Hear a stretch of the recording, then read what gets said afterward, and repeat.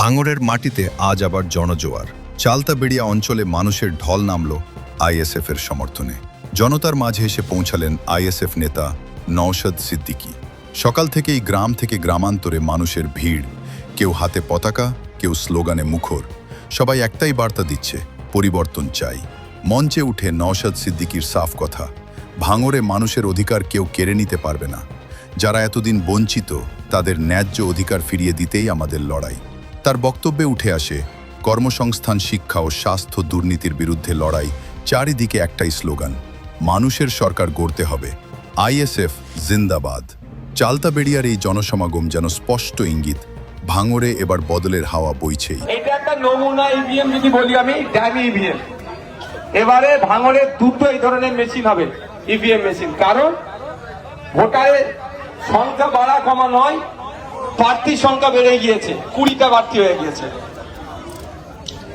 20টা প্রার্থী হয়েছে, তো 20টা প্রার্থী হওয়ার জন্য দুটো ইভিএম লাগবে, একটাতে 16টা আর একটাতে 4টে। আমার নাম্বারটা কততে আছে? মায়েরা বলো কততে আছে? বাপেরা বলো কত নম্বরে? হাতটা তুলে রাখা। 5-এ আছে তো নাকি? কিভাবে 5 খুঁজবে? 1 2 3 4 5। আমার দেখবে নাম লেখা থাকবে, মোহাম্মদ নওশাদ সিদ্দিকী। তারপরে দেখো আমার ছবি দেওয়া থাকবে, আছে তো? আছে তো নাকি আমার ছবি? তারপরে দেখো আমাদের খাম চিহ্নটা আছে। তারপরে দেখো সোজা একদম ওই টানে টানে একটা সুইচ পড়বে, দেখুন আওয়াজ হবে। সবাই পাচ্ছ? এই সুইচটা টিপে দেবে, টিপলেই ভোটটা হয়ে যাবে। ভোট দেওয়ার পরে বাম দিকে একটা ছোট্ট মতো বক্স থাকবে, শুধু চোখটা একবার ওদিকে ঘুরাবে, ঘুরিয়ে দেখবে একটা পড়ছি স্লিপ কেটে পড়বে, ওই বাক্সের মধ্যেই পড়বে। ওখানে শুধু দেখে নেবে খাম চিহ্ন আছে আর আমার নামটা লিখে আছে নাকি। ঠিক আছে? হবে তো নাকি? এবার আপনারা বলুন, বিজেপি আমাদের ক্ষতি করছে না লাভ করছে? বিজেপিকে একটা ভোট দেবো না তোমরা? মাদ্রাসা, মসজিদ, ঈদগাহ, কবরস্থান, সম্প্রীতি, ঐক্য বিনষ্ট কে করছে? বিজেপি করছে।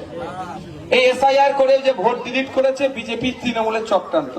সেই বিজেপির প্রার্থীর সাথে যদি আমি গোপনে ঘরে বসে 2 ঘন্টা 2.5 ঘন্টা গল্প করি, তাহলে আমাকে ভোট দেওয়া উচিত হবে কি হবে না?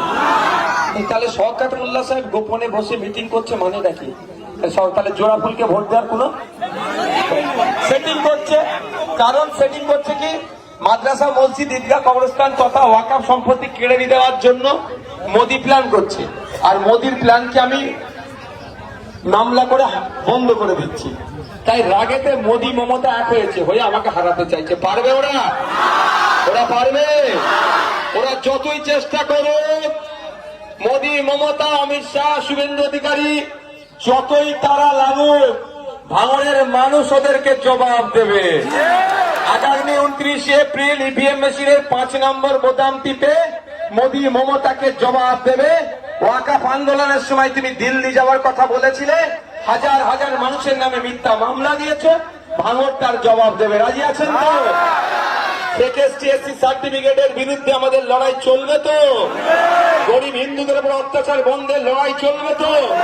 মুসলমানদের উপর অত্যাচার বন্ধের লড়াই চলবে তো? নারীদেরকে নিয়ে কুমন্তব্য করার বিরুদ্ধে লড়াই চলবে তো? সরকারি কর্মচারীদের হকের দিয়ে বুঝিয়ে দেওয়ার লড়াই হবে তো নাকি?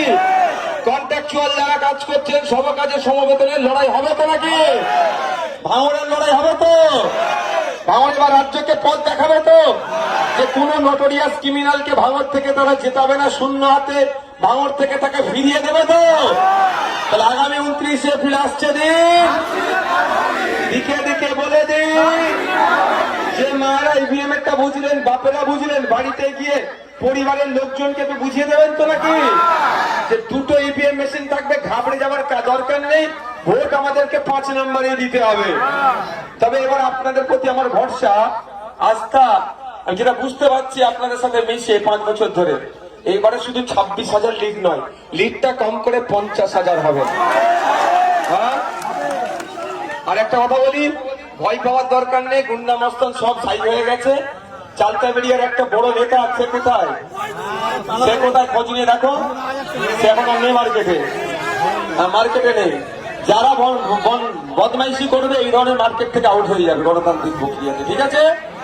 আপনার ভোট আপনি নিজে দেবেন, মাথায় থাকবে তো নাকি? কারো প্রয়োজনে পা দেওয়ার দরকার নেই, টাকা পয়সা শাড়ি জামা কাপড় যা দেবে সেটাও ছাড়বেন না, নিয়ে নেবেন ওদের কাছ থেকে। আর সকালবেলা উঠে ভোটটা ইভিএম মেশিনের 5 নম্বরে আপনার ছেলেকে আপনার ভাইজানকে দিয়ে দেবেন। রাজি আছে? ঠিক আছে, একটু প্রচার করবেন বাড়ি বাড়ি গিয়ে। এখন একটা ছোট্ট জয়েনিং আছে।